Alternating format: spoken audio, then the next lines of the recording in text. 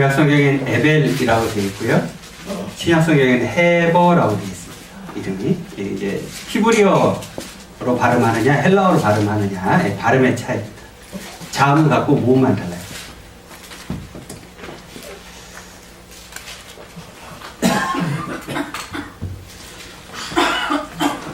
창세기 11장 14절부터 17절까지 찾으셨으면 우리 같이 함께 한 목소리로 같이 읽겠습니다. 시작.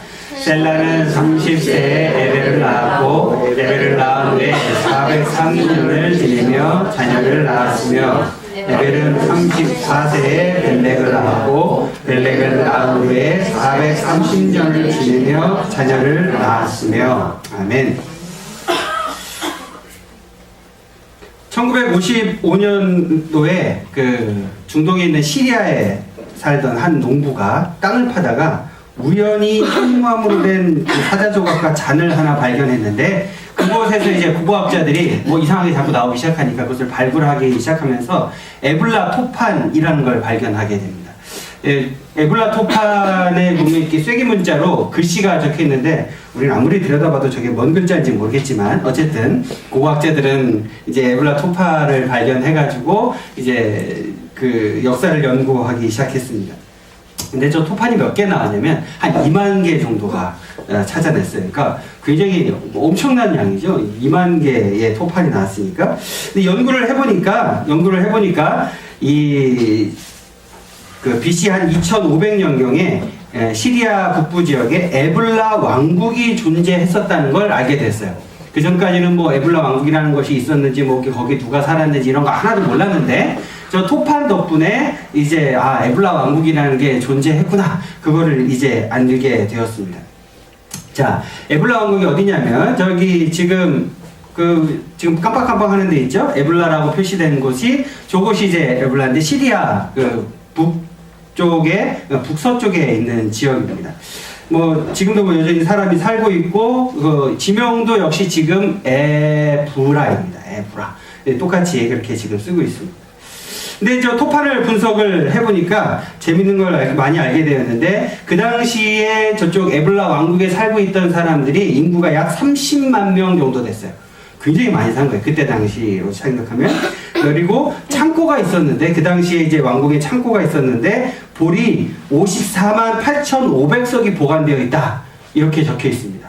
54만 석이 넘게 보관되어 있고 금으로 된 동전을 사용했고 물건 거래를 하는 상인들이 약 3만 명이 살고 있었고 뭐 그런 내용들을 이제 저 쐐기 문제를 연구하면서 알게 됐어요. 그런데 그 2만 장의 토판들을 쭉 분석을 하다 보니까 신기한 내용들이 나오기 시작했는데 아담에 대한 이야기, 하와에 대한 이야기, 사람들이 죄를 지은 이야기, 노아에 대한 이야기 이런 창세기에 나오는 내용들이 토판에 적혀 있는 거예요. 우리가 갖고 있는 창세기 1장부터 그 10장까지 안에 있는 그 내용들이 그 토판에 그대로 그렇게 적혀 있는 거예요. 신기하다. 왜 이게 적혀 있을까? 이러면서 고고학자들과 또 성경학자들이 같이 연구를 하게 되었습니다. 그러면서 알게 된 사실이 하나 있는데 에블라 왕국을 처음 만들게 된 시조가 누군지를 알게 됐어요. 누구였을까요? 그렇죠. 오늘 우리가 말씀을 나누게 되는 에벨이라는 사람이었습니다. 에벨이 저렇게 큰 왕국을 이루고 그곳에서 엄청나게 이제 큰 나라와 민족을 이루면서 그곳에서 시리아 북부 지역에서 살 수 있었던 거죠. 별것도 그렇게 크게 대단한 사람은 아니었는데 어떻게 이렇게 하나님의 큰 축복을 누릴 수 있게 되었을까?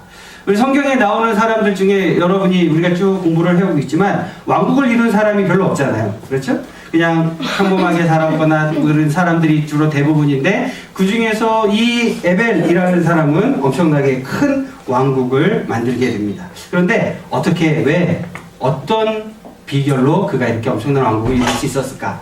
창세기 10장 21절을 같이 읽어볼까요? 시작. 셈은 에벨 온 자손의 조상이요 야벳의 형이라 그에게도 자녀가 출생하였으니. 자, 우리 성경을 읽으면 이 부분에서 여러분들이 좀 이상한 걸 느끼셔야 되는데 10장 21절에서 이상한 거 찾으셨나요? 못 찾으셨어요? 예. 여러분, 우리 주한호 집사님이 힌트를 발견하셨습니다. 그 종이를 꺼내면 힌트를 발견하시게 되는데. 자, 셈과 에벨 사이에 사람이 몇 명이 더 있었어요? 3명이나 더 있었어요. 자, 셈, 아바사, 가이난, 살라, 그 다음에 에벨인데, 셈은 에벨 온 자손의 조상이오라는데, 셈을 이야기하면서 그러니까 에벨의 조상을 이야기하면서 중간에 3명을 건너뛰고 누구를 이야기해요? 네, 이 셈과 에벨 사이에 3명이 있음에도 불구하고 이 세 사람을 무시하고 셈이 에벨의 조상이다. 에벨 자손들의 조상은 누구다? 셈이다. 그 이야기는 뭐냐면 셈의 진짜 자손은 누구다? 에벨이다. 이런 표현이 되는 거죠. 근데 왜 중간에 자손들이 있었는데 왜 그런 표현을 썼을까요? 중간에 사람들이 있었는데 왜 이 세 사람을 무시하고 건너뛰어 왔을까요? 여러분 자식들 중에 어떤 자식이 제일 이뻐요? 그렇죠. 말 잘 듣는 자식이 제일 이쁘죠. 네, 여기서도 마찬가지인 거예요. 자, 창세기 9장 26절 읽어보겠습니다. 시작. 또 이르되 셈의 하나님 여호와를 찬송하리로다. 셈은 누구를 찬송하는 사람이었어요? 누구를 경배하는 사람이었어요? 그렇죠. 하나님을 찬송하는 사람이었어요. 그런데 이 앞에 나온 아바사, 가이난, 살라 이 세 사람은 어떤 사람이었을까요? 그렇죠. 하나님께 경배하지 않은 사람들이었던 거예요. 그런데 누구는? 에벨은 하나님을 경배하고 찬송하는 사람이었던 거죠. 그러니까 셈은 에벨의 조상은 위에 살았던 하나님을 안 믿는 사람은 3명은 어떻게 하고? 제끼고 그 위에 누구의? 그렇죠. 셈은 에벨의 조상이다. 이런 표현을 쓰는 거예요. 뒤집으면 셈이 믿었던 이 하나님 여호와를 찬송하는 그 믿음을 누가 이어받은 거예요? 에벨이 이어받은 거죠. 에벨이 어떻게 큰 나라와 민족을 이룰 수 있었을까요? 하나님을 경외하는 사람이었기 때문에 그렇습니다. 하나님을 찬송하는 사람이었기 때문에 그렇습니다. 자, 그런데 이 하나님을 찬송하는 사람이었던 에벨, 하나님을 경배하는 사람이었던 이 에벨의 이름을 우리가 좀 자세히 알 필요가 있습니다. 에벨의 이름의 뜻은 이걸 어떻게 읽냐면 구약은 그 히브리어로 적혀 있잖아요. 히브리어는 한자를 읽는 것처럼 오른쪽에서 왼쪽으로 있습니다. 요렇게. 자, 에벨의 이름의 뜻이 뭐예요? 건너온 사람이라는 뜻인데, 이게 건너온 사람이라는 이 에벨이라는 단어가 어디에서 왔냐면 이 아바르라는 단어에서 왔어요. 아바르라는 단어의 뜻이 뭐라고요? 건너다라는 뜻이에요. 근데 자음은 어떻게 해요? 갖고 요 밑에 점 찍혀있는 게 이게 히브리어 모음이거든요. 그래서 히브리어를 읽을 때 되게 어려운 건 뭐냐면 저희가 학교 다닐 때도 신학교 다닐 때도 이 히브리어를 배울 때 점이 하나인지 두 개인지 세 개인지 옆으로 찍혔는지 아래 위로 찍혔는지 오른쪽 위에 찍혔는지 왼쪽 위에 찍혔는지 머리 위에 찍혔는지 그 모양이 뭔지 쐐기 모양인지 점 모양인지 막대기 모양인지 이걸 구분해가지고 단어의 뜻을 알아야 돼요. 그건 왜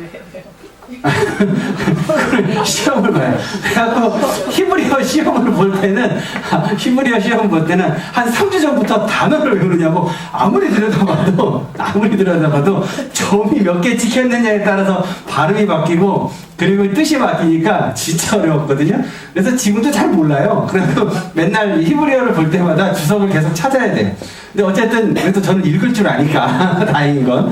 자, 근데 아까 우리가 읽었던 이 말씀에도 있는 것처럼 에벨의 이름의 뜻은 건너온 사람이라는 뜻이에요. 건너온 사람. 무엇을 건넜기 때문에 그를 건너온 사람이라고 불렀을까요? 사람들이. 그렇죠. 강을 건넜어요. 무슨 강을 건넜을까요? 그 동네에 있는 강, 맞아요. 그 동네에 있는 강을 건넜는데 그 동네 강의 이름이 뭘까요?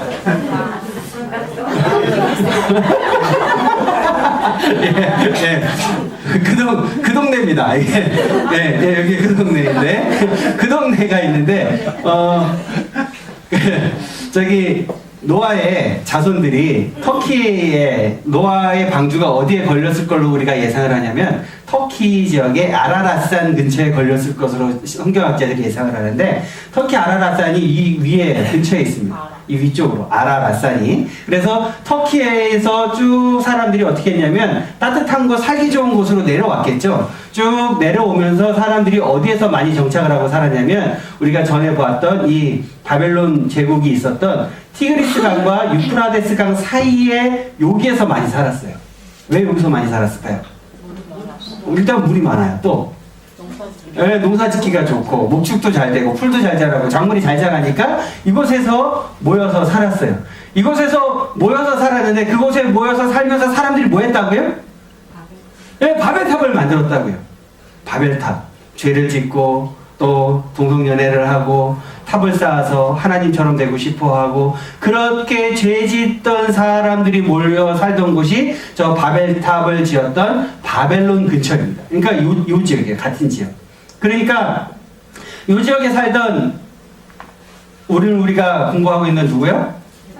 예, 에벨이라는 사람이 어디를 건넜을까요? 어느 강을 건넜을까요? 티그리스 강을 건넜을까요? 유프라테스 강을 건넜을까요? 유브라테스.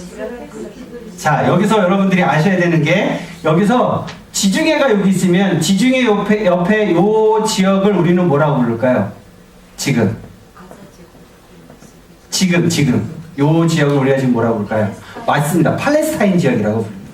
요 지역이 팔레스타인 지역. 여기 이집트가 요쪽에 있는데 성경이 이집트를 뭐라고 적고 있어요? 애굽이라고 적고 있죠. 자, 요 지역이 지금 현재 우리가 팔레스타인 지역, 맨날 폭탄 테러가 나는 팔레스타인 지역인데 여기 뭐 있어요? 이쪽에. 여기가 가나안입니다. 가나안. 성경에서 말하는 가나안 땅. 가나안 땅이 여기에요. 바로 지중해 바로 옆에 붙어 있는 여기 가나안 땅. 여기에 지금 사람들이 살고 있고 서로 그쪽의 땅이 원래 자기네 땅이라고 지금 싸우고 있고 서로 미사일 쏘고 폭탄 테러하고 싸우고 있는 지역이 바로 이 지역입니다. 자, 우리가 오늘 말씀을 나누고 있는 주인공은 여기서 어느 강을 건넜을까요, 그러면? 그렇죠. 유프라데스 강을 건너서 어디로 갔을까요? 가나안 땅으로 갔어요. 왜 갔을까요? 왜 갔을까요?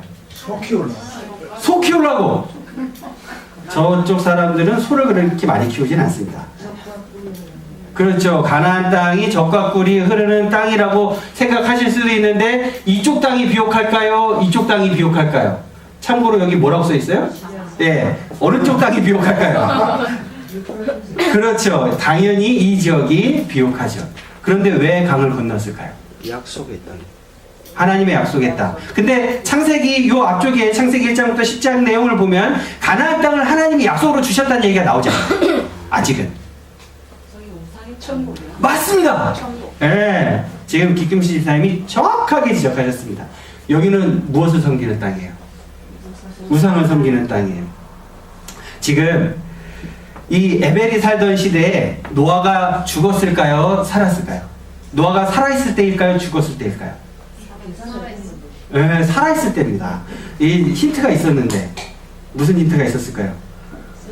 우리가 지난주, 지지난주 할 때도 이 다음 세대 할 때도 노아가 어떻게 있었어요? 살아있었어요. 그러니까 에벨 때는 당연히 노아가 살아있었겠죠. 노아가 누구를 믿는 사람이었어요? 하나님을 잘 믿는 사람이었어요. 그 하나님을 잘 믿던 노아의 신앙을 누가 물려받았어요? 셈이 물려받았어요. 그 셈의 신앙을 그 다음 세대에 누가 제대로 물려받았어요? 그렇죠. 에벨이 물려받은 거예요. 근데 중간에 사람들이 이렇게 세대가 지나갔지만 노아도 이미 아직도 살아있는 시대였고 셈도 살아있었던 거예요. 그러니까 그 신앙을 제대로 옆에서 보고 중간에 다른 사람들이 있었지만 그 사람들은 하나님을 믿는 신앙을 제대로 이어받지 않았고 물려받지 않았고 누가 제대로? 아벨이 제대로 물려받게 된 거죠. 그리고 어디로 갔어요? 가나안 땅으로 갔어요. 무엇을 버리고? 우상을 버리고. 그게 중요한 거예요. 우상을 버리고 죄를 버리고 그가 그쪽으로 간 거예요. 성경학자들이나 고고학자들이 그때 당시에 우상을 섬기던 이 지역의 바벨론 지역의 사람들은 어떤 제사 습관이 있었는지 아세요? 그렇죠. 자식이나 사람을 제물로 바치는 습관이 있었어요. 성경이 절대로 그렇게 못하게 하잖아요. 그러니까 그런 것들을 다 버리고 이제 이 에벨이 가나안 땅으로 간 거예요. 우상을 버리고 가나안 땅에 가서 그가 어떻게 합니까? 그가 어떻게 했어요? 그렇죠. 왕국을 만들었어요. 그래서 이쪽에 원래 사람들이 살고 있었을까요? 살지 않았을까요? 예, 일부 살고 있었어요. 살고 있어서 강을 건너온 에벨 민족을 사람들이 이렇게 불렀어요. 히브리 민족이라고. 근데 히브리라는 히브리어 단어를 보면 자음이 어때요? 이게 자음이라 그랬잖아요. 세 개. 안 변하는 거. 자음이 어때요? 자음은 같아도 뭐만 달라요? 밑에 점만 달라요. 어떻게 이제 발음만 바뀌는 거예요. 그러니까 지금 우리가 이스라엘 사람들을 뭐라고 불러요? 히브리 민족이라고 부르죠. 히브리 민족의 뜻이 뭐예요? 네, 건너온 민족이라는 뜻이에요. 건너온 민족. 어디를 건너온 민족? 유프라데스 강을 건너온 민족이다. 그래서 히브리 민족이라고 그때부터 부르기 시작을 한 거예요. 이런 성경 역사를 알고 계십니까? 이거 알고서 이렇게 불러야 되는데 그냥 맨날 듣기만 하고 뭔 뜻인지 모르고 쓸 때가 참 많이 있죠. 세계에 4대 문명이 있습니다. 세계 4대 문명 뭐예요? 네, 이거 저기 배우던 학교에서 맨날 배우는 우리 이쪽에는 무슨 문명이 있었어요? 황하 문명이 있었고 이쪽에 인더스 문명, 티그리스 유프라데스의 메소포타미아 문명, 그리고 나일강을 중심으로 하는 이집트 문명. 이 세계의 4대 문명입니다. 이 세계 4대 문명의 발상지인 이 메소포타미아 문명 중에서도 가장 발전하고 가장 규모가 컸던 나라가 어떤 나라였을까요?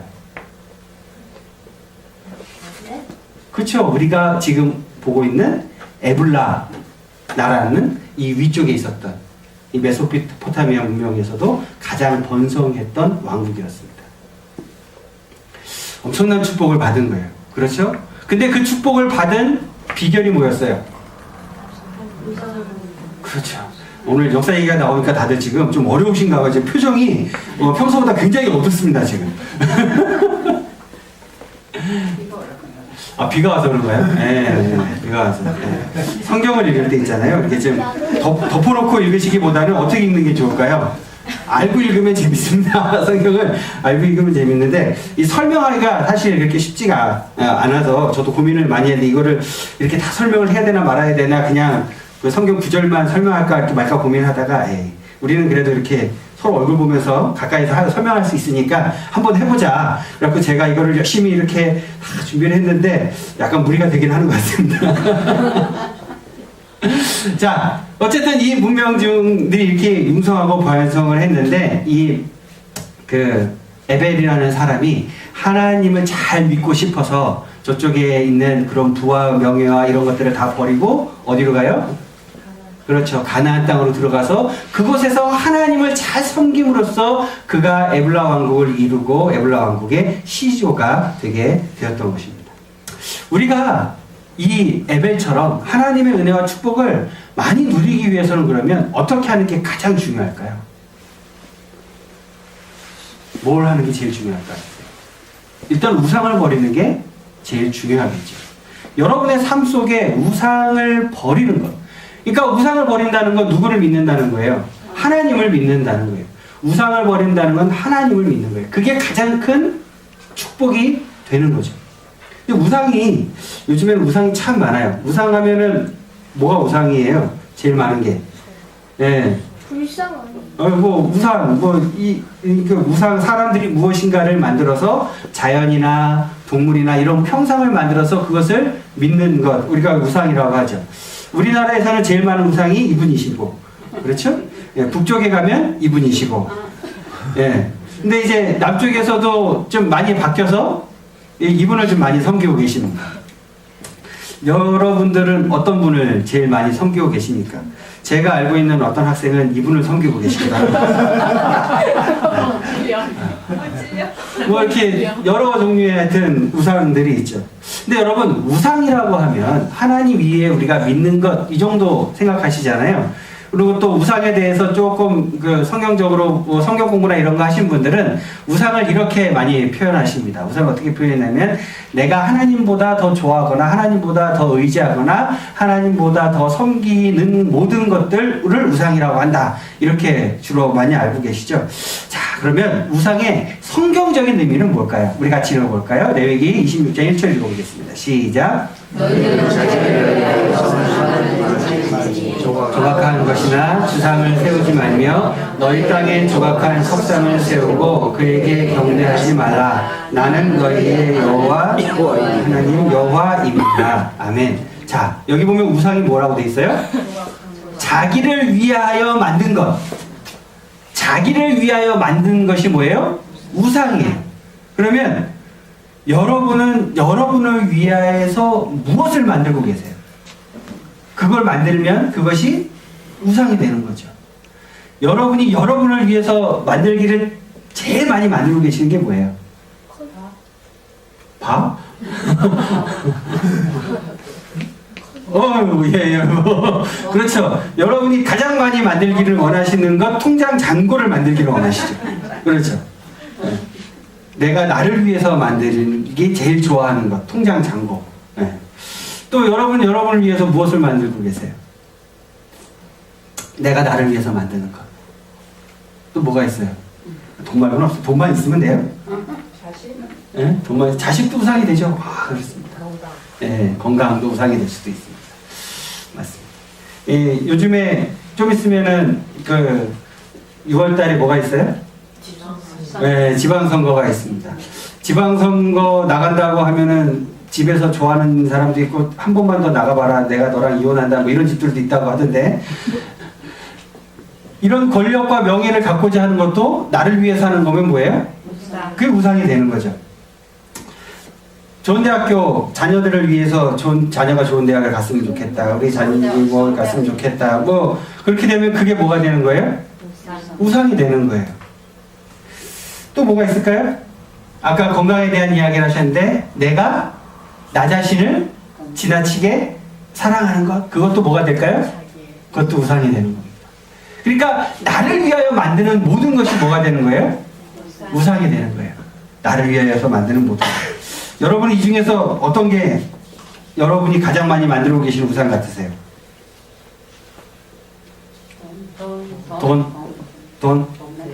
돈만 있으면 됩니까? 이 세상의 모든 것은 돈으로 다 통하니까. 네. 그러면 여러분 이건 우상이 될까요? 우상이 되지 않을까요?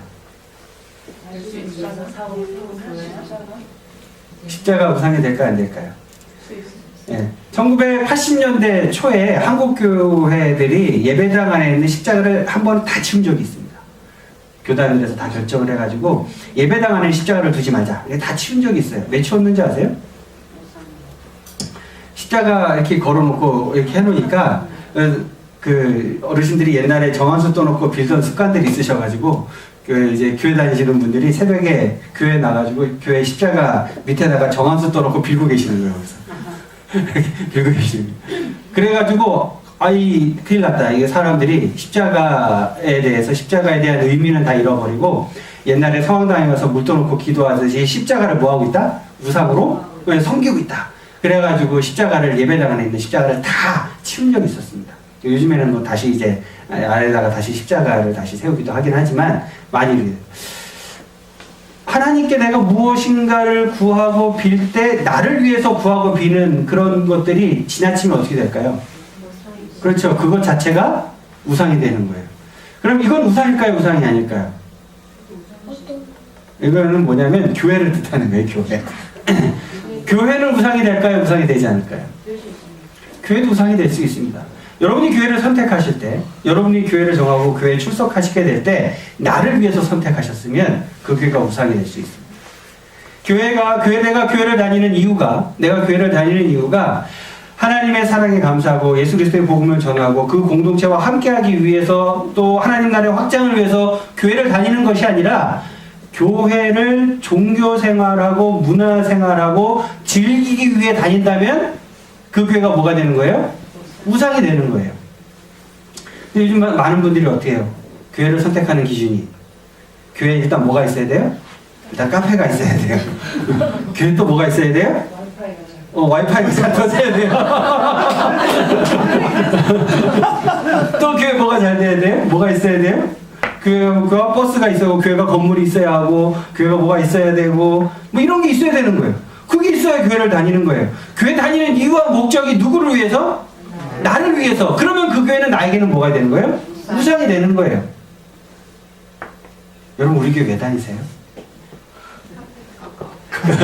카페도 있고 와이파이도 잘 되고 밥도 주고 말씀이 좋았어.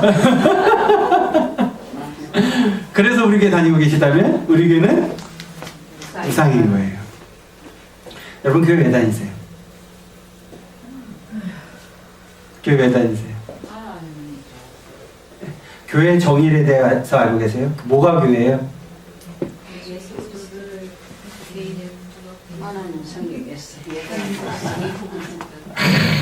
예, 따라하고 있습니다. 예수 그리스도를 개인의 구세주와 주님으로 영접한 사람들의 모임 혹은 공동체,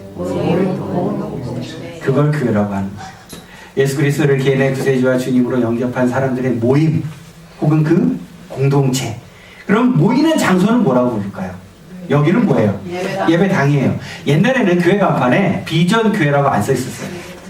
비전 교회 당이라고 써 있었어요. 비전 교회 당. 비전 교회가 모이는 장소라는 뜻이죠. 지금 이제 당자라는 걸 표현을 쓰지 않고 그냥 교회라는 표현을 쓰기는 하지만, 그렇기 때문에 교회의 개념은 예수 그리스도를 개인의 구세주와 주님으로 영접한 사람들의 모임 혹은 공동체가 무엇을 하기 위해서 하나님이 세상에 교회를 만들어 주셨어요? 그 공동체가 뭐 하게 하기 위해? 그렇죠. 복음을 전하게 하기 위해, 하나님의 나라의 확장을 위해 교회를 만드셨다고요. 그런데 그 교회가 나 개인의 즐거움을 위해서 내가 교회를 다니고 있다면 그 교회는 뭐라고요? 우상이 되는 겁니다. 우리 교회는 우상이 되지 않았으면 좋겠습니다. 여러분은 여러분의 삶 속에 어떤 우상을 가지고 계십니까? 우리가 하나님의 은혜와 축복을 누리기 위해서 제일 중요한 건 뭐냐면, 첫 번째로 해야 될 거는 내 삶 속에 있는 무엇을 버리는 것부터, 우상을 버리는 것부터 시작하는 거예요. 내 삶 속에 있는 우상을 버리지 못하면 그 우상을 쫓아서 살게 돼 있어요. 그 우상을 구하기 위해서 살게 돼 있어요. 이거는 뭐가 똑같냐면 우리가 샤머니즘과 토테미즘을 믿는 것과 똑같은 거예요. 옛날에 어른들이 귀신을 섬기기 위해서 정한수 떠놓고 빌고 떡 사다 놓고 빌고 거기서 굿하면서 빌었던 이유들이 뭐예요? 내가 잘 되기 위해서 그랬던 거거든요. 내 자식이 잘 되기 위해서 그랬던 거거든요. 그런데 기독교는요, 우리가 하나님을 믿는다고 하는 건 내가 원하는 걸 하나님이 들어주시니까 내가 교회 다니는 것이 아니라, 하나님이 원하는 것을 내가 하기 위해서, 하나님 말씀에 순종하기 위해서 우리가 교회 다니는 거예요. 근데 우리는 이게 자꾸 어떻게 해요? 바뀌어서 살고 있는 거예요. 하나님께서 너는 너 자신을 위해 우상을 만들지 말라 라고 말씀하셨는데, 우리는 교회 와서 어떻게 해요? 우상을 만들고 있어요. 그래서 우리는 우리의 삶을 잘 돌아봐야 돼요. 혹시 내 삶 속에 계속해서 우상을 만들어가고 있지는 않은가? 내가 교회를 다니는 이유가 내 안에 있는 그 우상을 이루고 얻기 위해서 내가 교회를 다니고 있지는 않은가? 내가 하나님을 믿는다고 말하면서 하나님의 말씀에 순종하는 데는 관심 없고 내 안에 있는 우상을 이루기 위해 하나님을 쪼르고 있지는 않은가? 우리가 그걸 잘 돌아보아야 우리가 에벨과 같은 축복을 누릴 수 있는 것입니다. 돈을 버는 게 나빠요? 아니요, 나쁘진 않아요.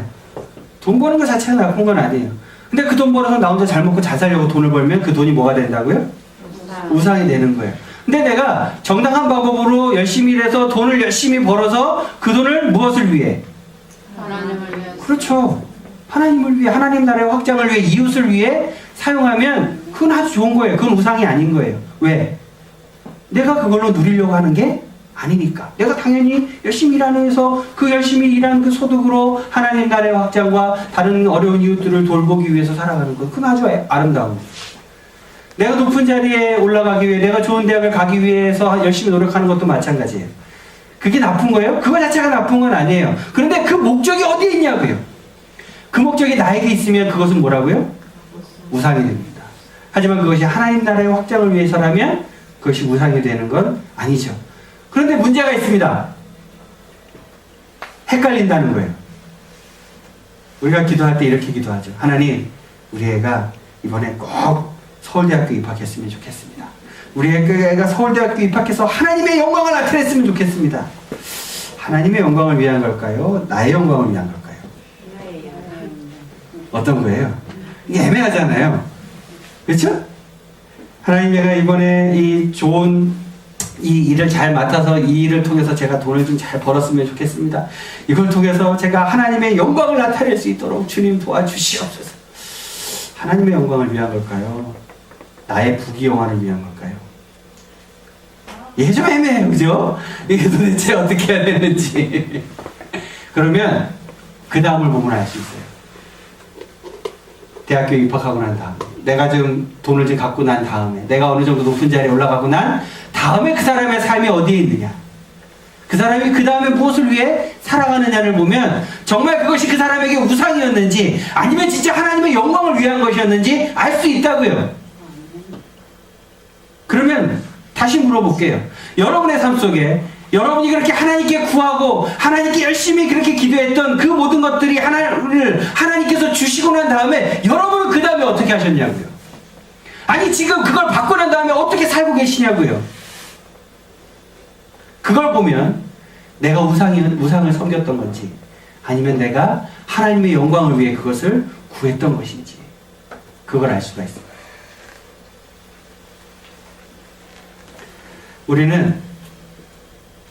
우리가 아까 읽었던 성경에 있는 레위기에 있는 말씀처럼 나 자신을 위해서 무엇인가를 자꾸 구하고 나 자신을 위해서 자꾸 무엇인가를 원하고 나 자신을 위해서 자꾸 하나님께 구하면서 이것을 자꾸 하나님의 영광을 위해서라고 포장하고 표현할 때가 자주 있습니다.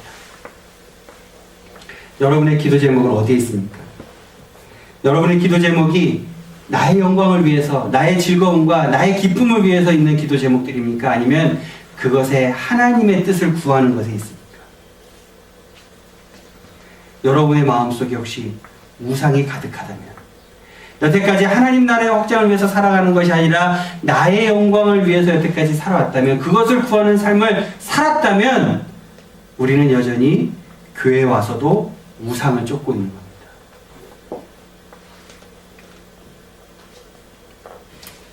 같이 레위기 26장 1절을 다시 한 번 더 읽어보겠습니다. 시작. 너희는 자기를 위하여 원수하는 말을 조각한 것이나 수성을 심으지 말며 너희 땅에 조각한 석상을 세우고 그에게 경배하지 말라. 나는 너희의 하나님 여호와임이니라. 아멘. 여러분에게 있어서 우상은 무엇입니까? 혹시 그 우상을 여전히 쫓아서 헤매며 살아가고 계시지는 않습니까? 에벨은 그 우상을 버리고 강을 건너 그 척박한 가나안 땅으로 들어갔습니다. 하나님만 섬기기 위해.